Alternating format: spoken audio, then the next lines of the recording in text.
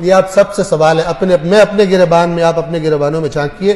میں کہا کرتا ہوں، ایک مثال دیا کرتا ہوں، اگر کوئی آپ کا نان مسلم غیر مسلم دوست بنے اور کہے میں اسلام سے دلچسپی پیدا ہو گئی ہے میرے دل میں اور میں اسلام کو پڑھنا چاہتا ہوں، مجھے کوئی کتاب دو اسلام کو سمجھنے کے لیے، لیکن کتاب ایسی ہو کہ جس کو ہر فرقہ مانتا ہو، کیونکہ مجھے پتہ چلا ہے کہ تم لوگ مسلمان فرقوں میں بیٹھے ہو، کتاب ایسی دو کہ جس کو ہر فرقہ مانتا ہو۔ آپ کون سی کتاب دیں گے؟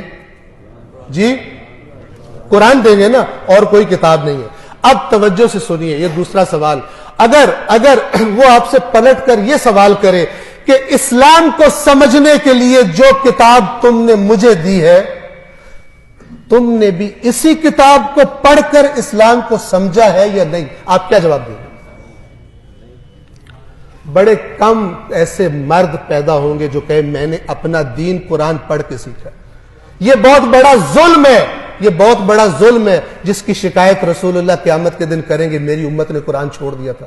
کسی کے پاس کوئی ایکسکیوز نہیں ہوگی، میں تو فلانا مولانا صاحب کی بات سنی تھی، میں نے فلانا، اللہ کہے گا میں ہر مولانا سے بڑا تھا، تم نے میری بات کیوں نہیں پڑھی، تم نے میری کتاب کیوں نہیں پڑھی؟ اگر گمراہ ہوئے ہو میری کتاب سے دور رہ کر، اس کے ذمہ دار تم خود ہو۔ یہ میرا رسول تمہاری یہی شکایت کر رہا ہے کہ میری قوم نے قرآن کو چھوڑ دیا تھا، میری قوم نے قرآن کو چھوڑ دیا تھا۔